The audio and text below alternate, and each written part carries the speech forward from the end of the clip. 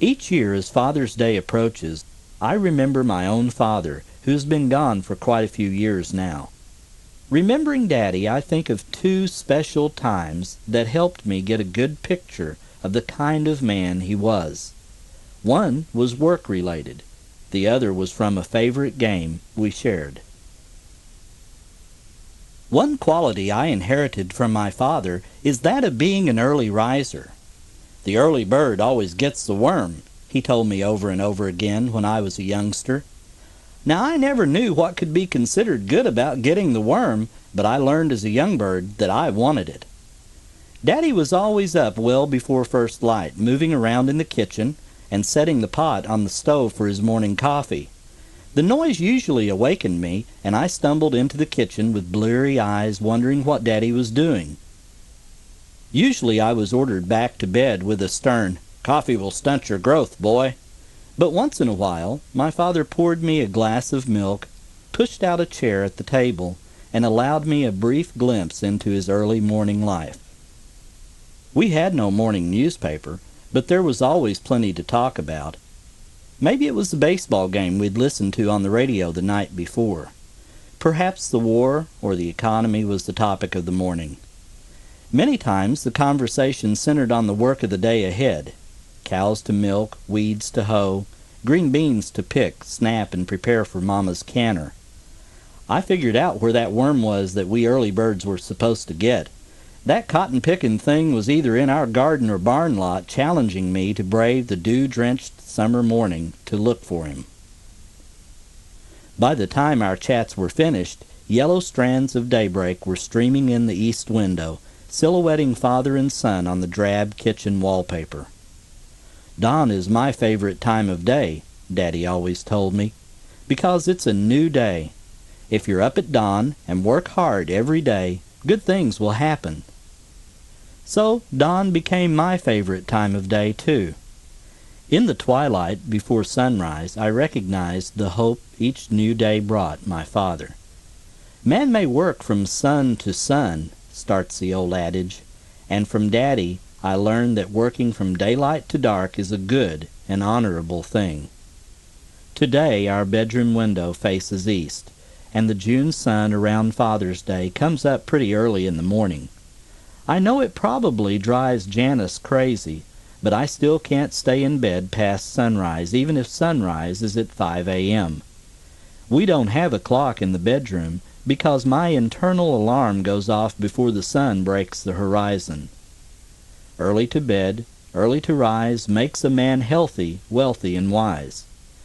I don't know that the practice has made me all that wealthy, but Janice always knew that she and the children would be provided for.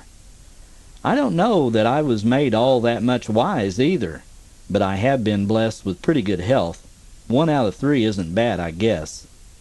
And now that I have the perspective of age, I'm glad Daddy taught me to be an early bird, whether I wanted the worm or not. Now, if I learned to work hard from early hours to late, I also learned a valuable lesson of perspective from the simple game of checkers and playing it with Daddy. How many of us got to know our fathers better over checkers? Daddy and I always had our time together on Sunday afternoon over the family checkerboard.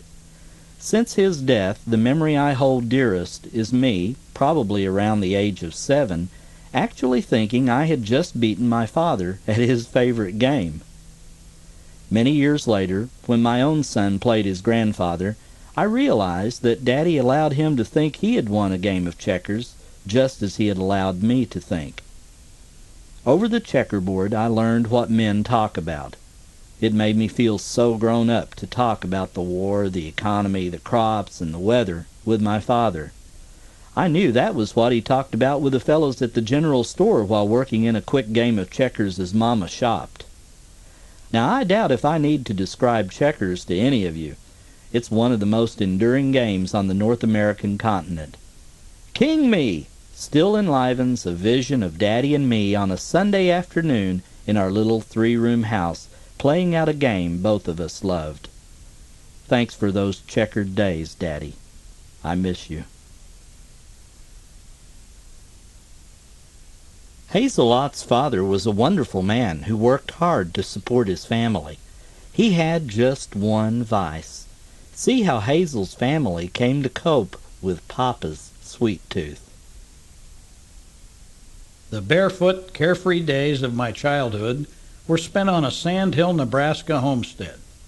Our two-room house was large enough and had room to spare for the 5 of us, my mother, father, brother, baby sister, and me.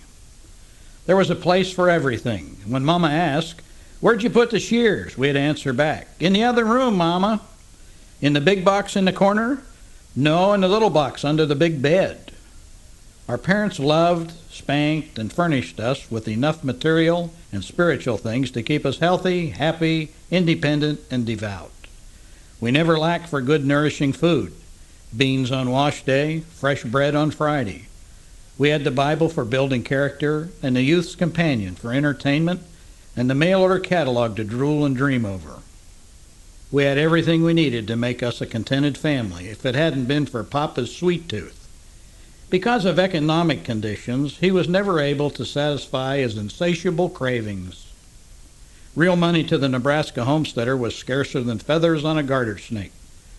We were practically self-sustaining. Nearly everything we used was raised in our field, garden, pasture, hen house, and pig pen. The fall brought our cash income when calves, pigs, and an occasional extra stack of hay were sold. Part of the money was promptly spent for winter supplies. 100 pounds of sugar, 50 pounds of salt, several sacks of flour, overshoes, underwear, and other articles. The rest of the sum was hoarded for taxes, bills, and any unforeseen disaster that required cash on the barrelhead. We bartered cream and eggs at the country store for coffee, castor oil, shoestrings, and other necessities of life. All of this didn't help ease the aching of Papa's sweet tooth a bit. On a winter evening, when all the family except baby sister, asleep in the other room, were gathered around the kitchen table, Papa would roll a speculative eye in Mama's direction and remark, "What say we make some taffy?" Mama, busy-fingered with darning, patching, or sewing, would give her head a tiny shake. "Had some last week," she'd say. "Why not pop some corn?" Papa would heave a disappointed sigh and get down the popcorn sack. In the excitement of shelling and scraping the wire popper fast over the front lids of the hot cook stove, we forgot all about the proposed candy making. All but Papa. That constant nagging for sweet things just wouldn't let go and finally led us into a brand new venture the following spring. It was evening when we heard the rumble of the narrow-tired wagon and the splashing of the old Bronco team, Molly and Bess, as they crossed Dry Creek Ford, bringing Papa home after 2 days' absence, helping a neighbor move to a new location. He stopped in front of the house with a loud "Whoa!" and he yelled to us to bring the lantern and help him unhitch. "Get a move on, I've got a surprise for you," he said. Small fingers flew. Never was that old team unhitched, unharnessed, watered and fed with such speed. Then Papa picked a box-like object swathed in a horse blanket from the wagon, carried it to the south end of the house, and deposited it on an old packing case under the bedroom window, right smack in the middle of Mama's rose moss bed. He whipped off the blanket, and there it was, just an old wooden box with a lid on top and a hole in the front that was plugged up with rags. "Is that the surprise?" I asked in a weak voice.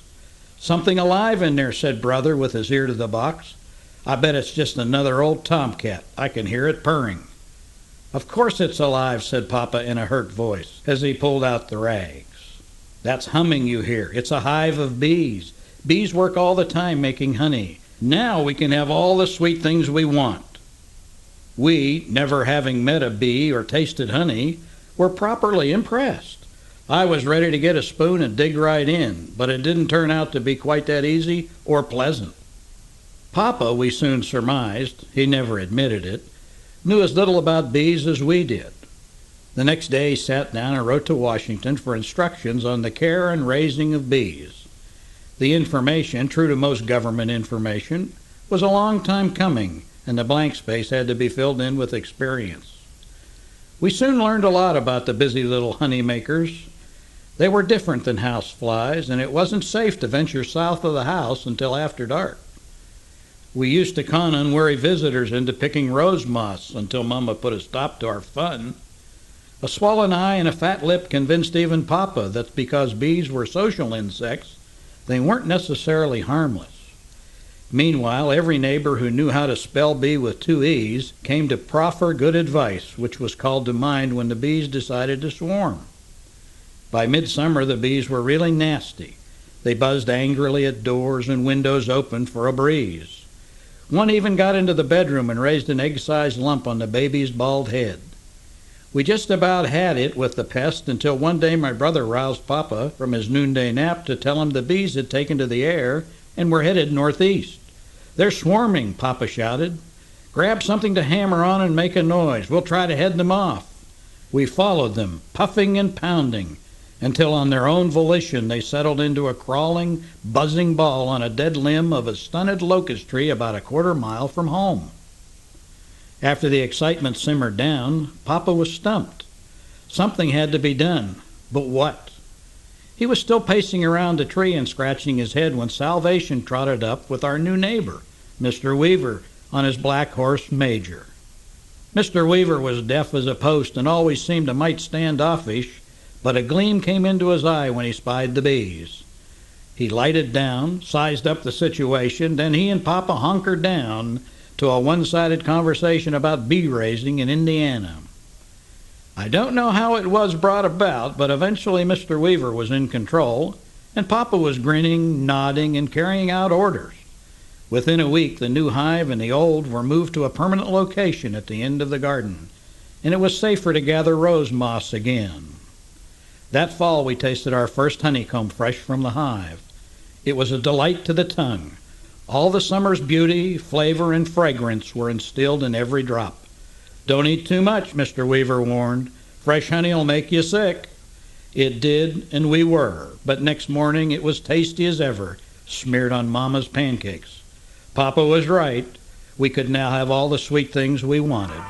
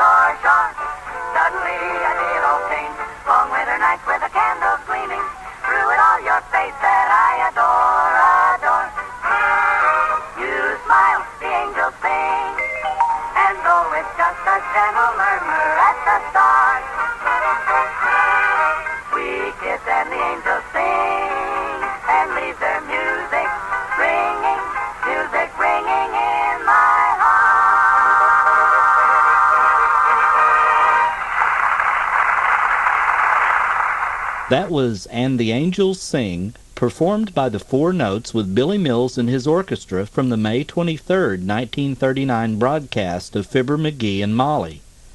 I always loved the great music presented on Fibber and Molly's show.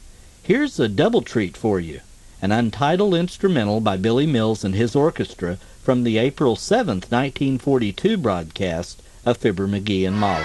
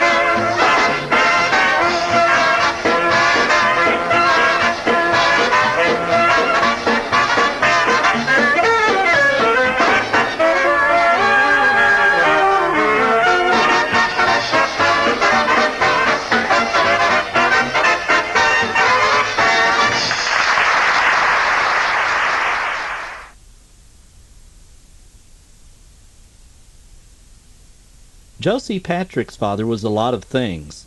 He was mischievous. He was a bit ornery. He was always quick with a solution to everyday problems.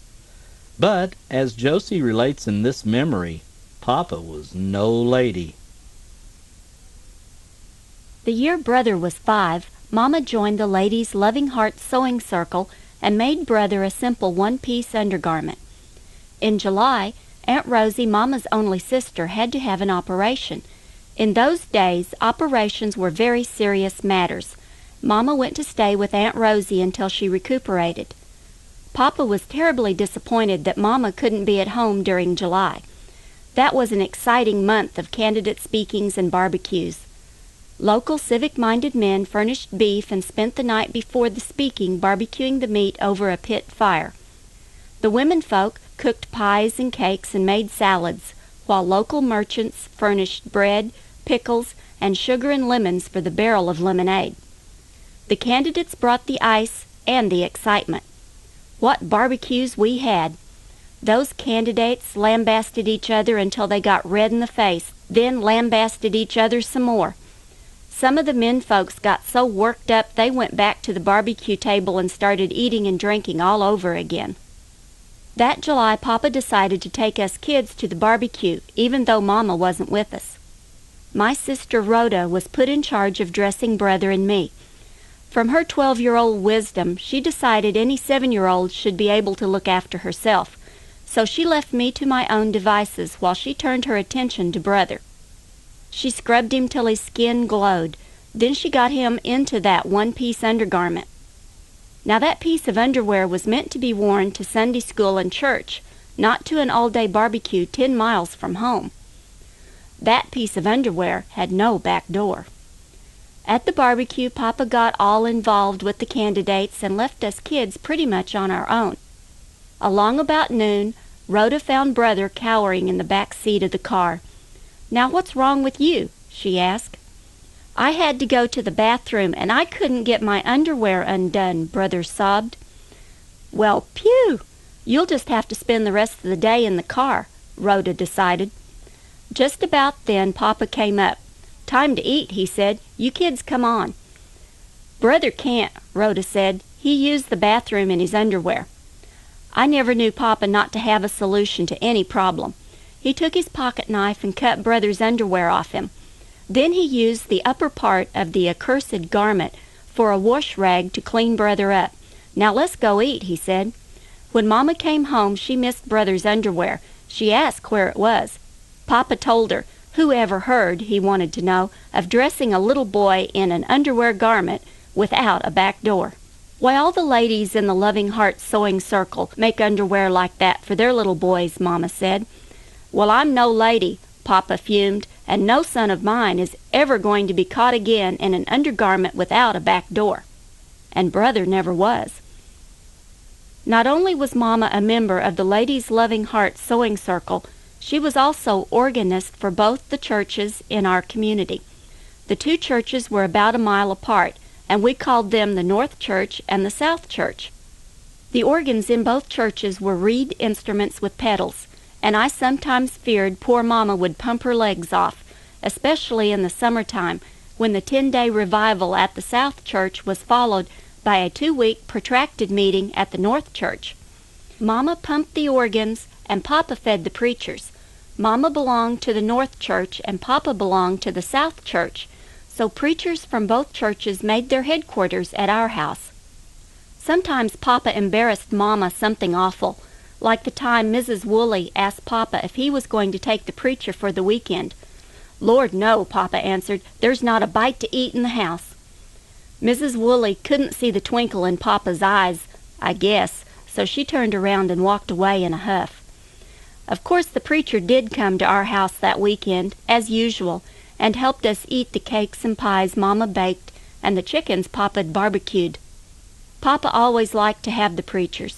Mrs. Woolley was a member of the South Church, same as Papa, so he didn't mind what he said to her. He was more careful not to say things to the North Church people that would embarrass Mama. I guess the only time he embarrassed Mama with the North Church people was the time Brother Hereford spent the night at our house. Now Mama lived in mortal fear of getting bedbugs. At least once a week she searched every bed in the house for them. It was one of Papa's bragging prides that in all the years Mama and he had been married, they'd never had a bedbug. That morning Papa and Brother Hereford were still at the breakfast table talking, and Papa was bragging about us never having had bedbugs when Mama went upstairs for her weekly search.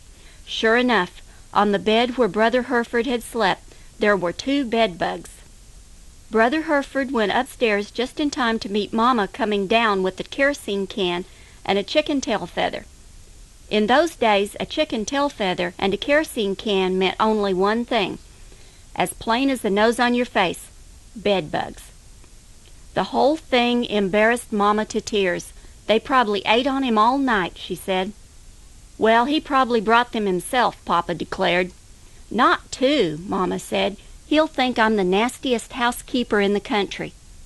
Papa turned his head so Mama wouldn't see the twinkle in his eyes that was a dead giveaway that he was tickled. Rhoda took after both Papa and Mama. She was a born lady, like Mama, but, like Papa, there was never a problem she didn't have a solution to, like getting old Tom baptized. After the protracted meeting was over at the North Church, it went on and on in our backyard. Rhoda put her doll, Frances Elizabeth Ann, my doll, Mary Helen Louise, Brother and me on benches she contrived of planks laid across sawhorses. She tried to make Mama Cat, her 3 kittens, old Tom, and our collie, Pal, sit on the benches too, but the animals rebelled. They lay on the ground. Rhoda preached and sang to us. Then she gave the altar call. Mama Cat, the kittens, old Tom, or Pal didn't make a move.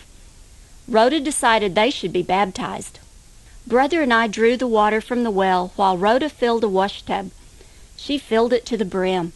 She wanted those immersions to take. Mama Cat and the kittens went under and came up looking like hanks of hair and nothing more. Pal tucked his tail and submitted to his baptism, whining all the while. But old Tom was something else again.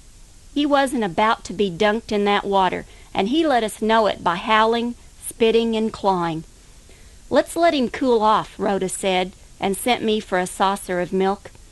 While old Tom was happily lapping the milk and cooling off, Rhoda got a glass of water and sprinkled him. Old Tom never let on. He lived the rest of his life without a proper immersion. In those days there were no air conditioners or fans at school. When we started classes in September, it was very warm. Mama let Rhoda and me wear our summer dresses that would be too small for us the next summer. My favorite dress was a green dotted Swiss. The reason it was such a favorite was because I just hardly ever had a green dress.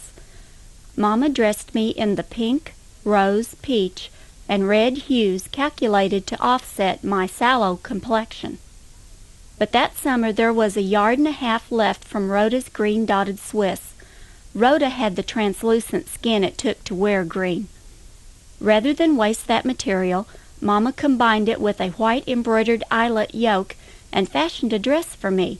How I loved that green dress! That September, Rhoda had to have her appendix taken out and was in the hospital in town a week. Mama stayed with her while Papa had charge of Brother and me. That was my chance. I knew that as long as I had on a dress, Papa wouldn't pay any attention to what kind it was. I wore my green dotted Swiss dress to school every day that week.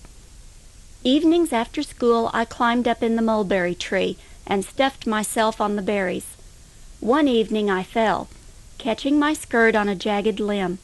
My beautiful green dress was ripped from waist to hem, but it was almost as good as new after I sewed it up. It didn't bother me that the only thread I could find was black. The needle was a large one, probably meant for embroidery, so the stitches were quite long and showy. I put that dress back on the next morning and continued wearing it to school. When Mama came home, she was horrified to learn I'd worn nothing but that filthy rag to school all week. "We'll be disgraced when the ladies hear about this," Mama wailed. "Well," Papa said, "I'm not a lady, so I'll take the blame."